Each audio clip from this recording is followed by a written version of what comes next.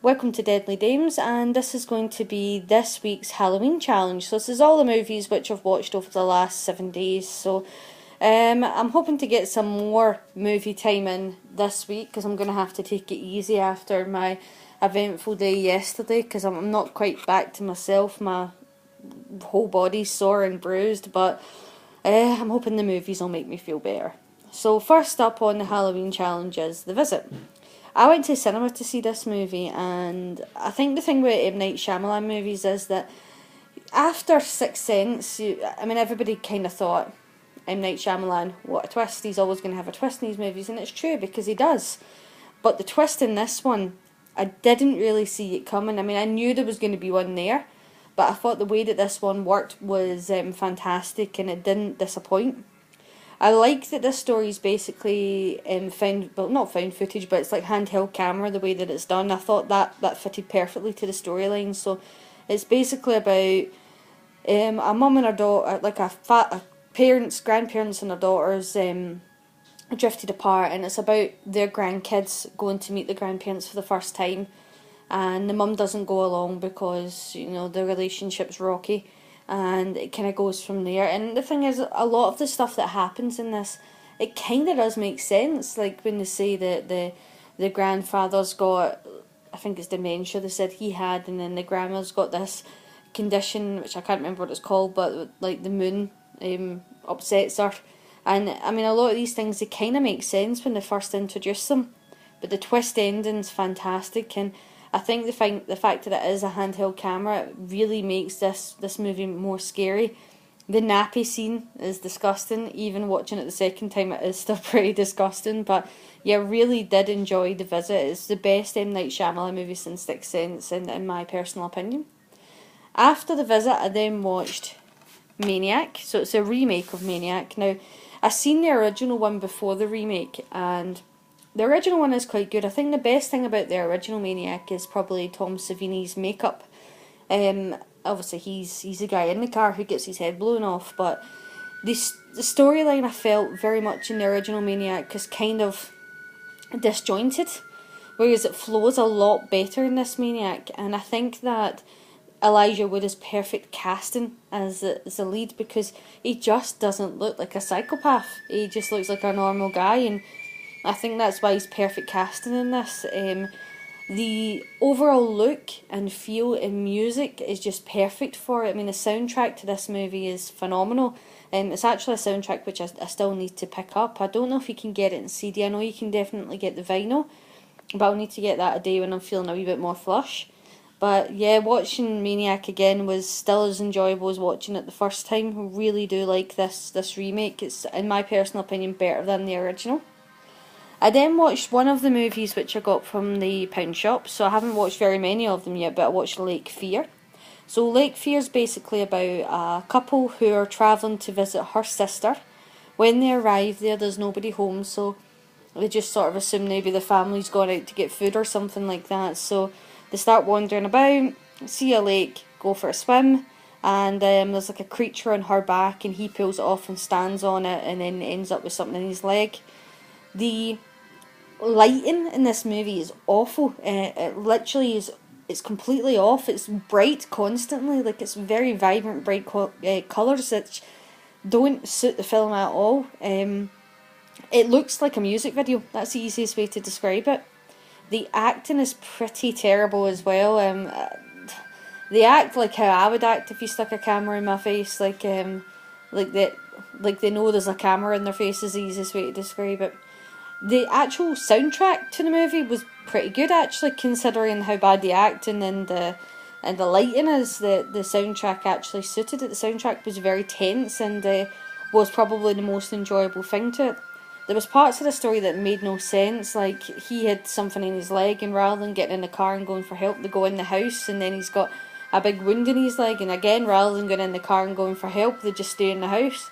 And by the time they actually do get to the car's been tampered with. So it was a hard watch. It's definitely one which is going in the trade-in pile, put it that way. So I'm glad I forced myself to get to the end of it, but I definitely wouldn't watch it again.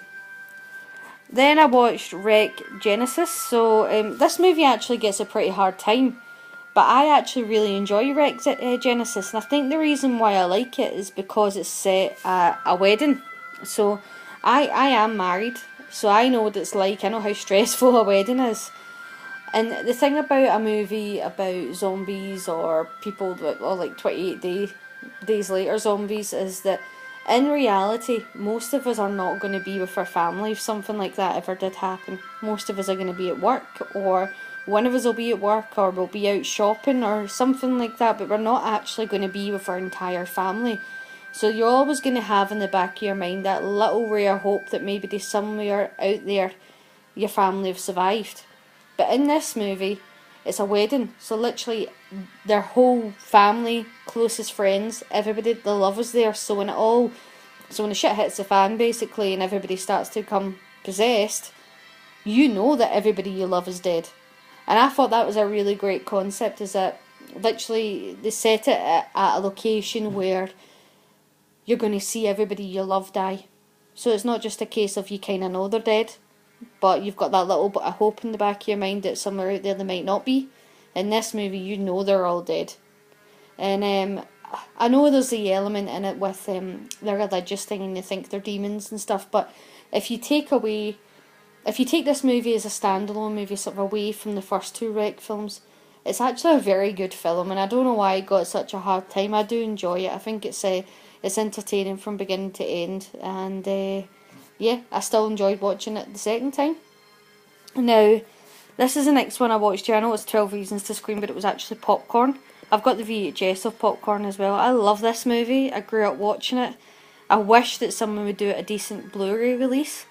So basically Popcorn is about a group of film students who hire like an old theatre that's about to shut down to have like a make money event where they're going to show some old cheesy movies like Mosquito, and one about a guy that gets electrocuted, and then one about, like, I'm guessing it's like a Japanese type film where they're called The Stench, and they're going to make real props, so the streets are going to electrify them, and they're going to have a giant mosquito that comes down, and they're going to have actual smells getting played into the studio.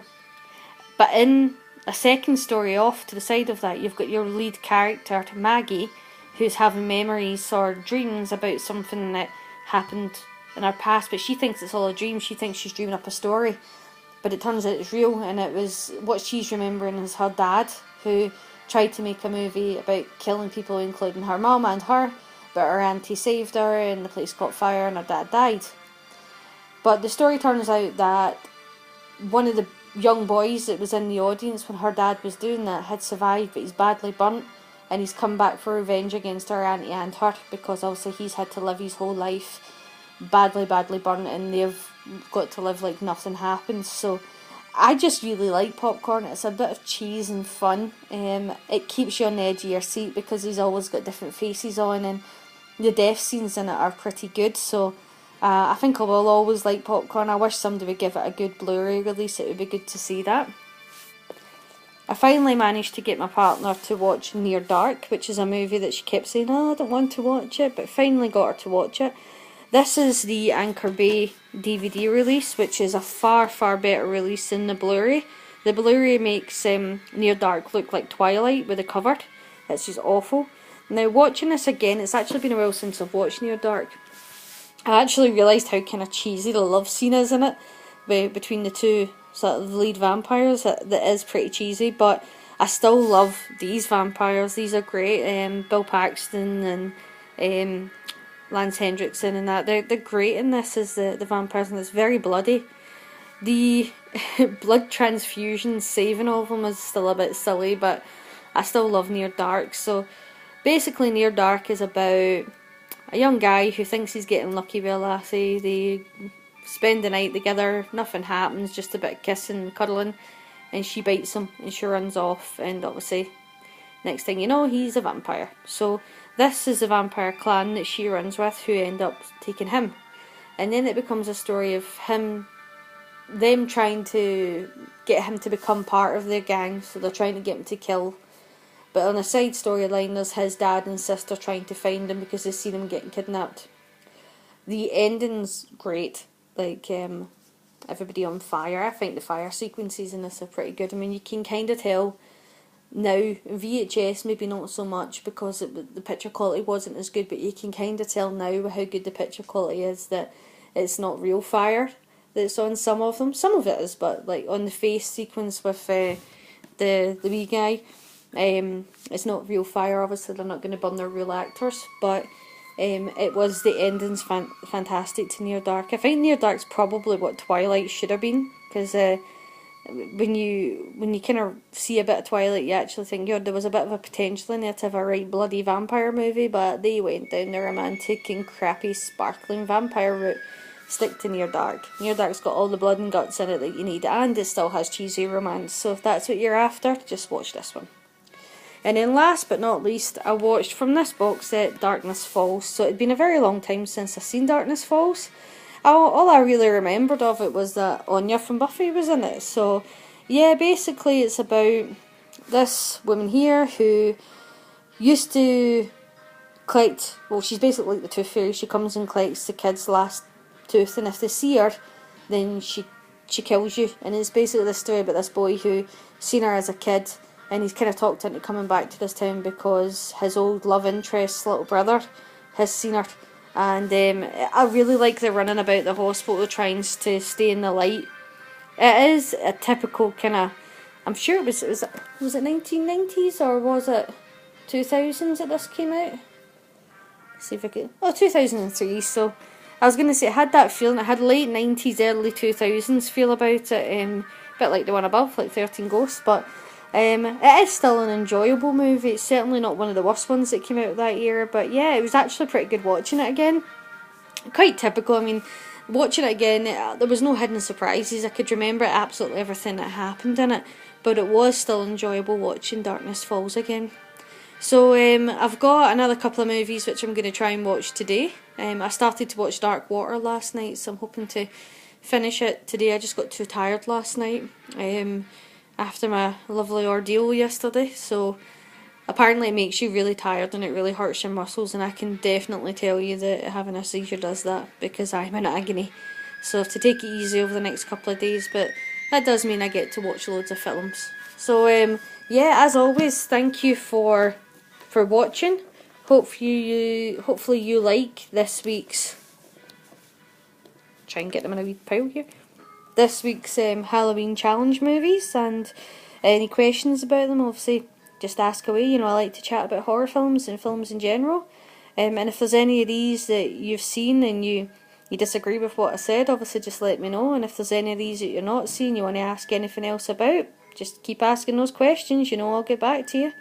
But as always, thank you very much for watching, and please like and subscribe and take care.